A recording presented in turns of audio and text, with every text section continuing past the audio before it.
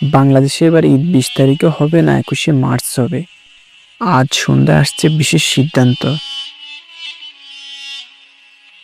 রমজান মাস প্রায় শেষের দিকে। পুরো দেশ এখন অপেক্ষা করছে কবে উদযাপিত হবে পবিত্র ঈদুল ফিতর। জানুন সর্বশেষ তথ্য এবং আন্তর্জাতিক পূর্বাভাস আর আনুষ্ঠানিক সিদ্ধান্তের দ্বারা। চাঁদ দেখা কমিটি 19শে মার্চ সন্ধ্যা বসবেন বাইতুল মোকাররম জাতীয় মসজিদের বৈঠক। এই বৈঠকে নিরূপ হবে শাওয়াল মাসে চাঁদ দেখা গেছে কিনা। চাঁদ দেখা অনুযায়ী ঈদের তারিখ ঘোষণা করার সিদ্ধান্ত হবে।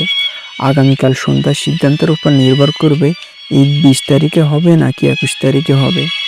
জ্যোতির্বিজ্ঞানীদের গণনা বলছে মধ্যপ্রাচ্য ও সৌদি আরবের মতো দেশে ঈদ হবে 20 তারিখে, আর সেই হিসেবে 21শে মার্চ অর্থাৎ শনিবার ঈদ হওয়ার সম্ভাবনা সবচেয়ে বেশি। তবে চাঁদ না দেখা গেলে রমজান 30 দিন পর্যন্ত বাড়তে পারে। তখন ঈদ 21শে মার্চ পিছিয়ে 22শে মার্চ হতে পারে। সেটা শেষ পর্যন্ত সিদ্ধান্ত জানাবে দেশবাসী। ইসলামিক ঐতিহ্য অনুযায়ী রোজার মাসের শেষে শাওয়াল মাসে চাঁদ দেখা ছাড়া ঈদের তারিখ নির্দিষ্ট করা যায় না। এই কারণে আজ সন্ধ্যা বৈঠক সকল জেলা থেকে চাঁদ দেখার সাম্প্রতিক প্রতিবেদন বিবেচনা করা হবে। ঈদের দিন সকাল থেকে জামাত অনুষ্ঠিত হবে রাজধানী বাইতুল মোকাররম জাতীয় মসজিদে। 5টি জামাতের সময়সূচি হতে পারে। শেষ ঘোষণার পর নির্দিষ্ট করা হবে সময়।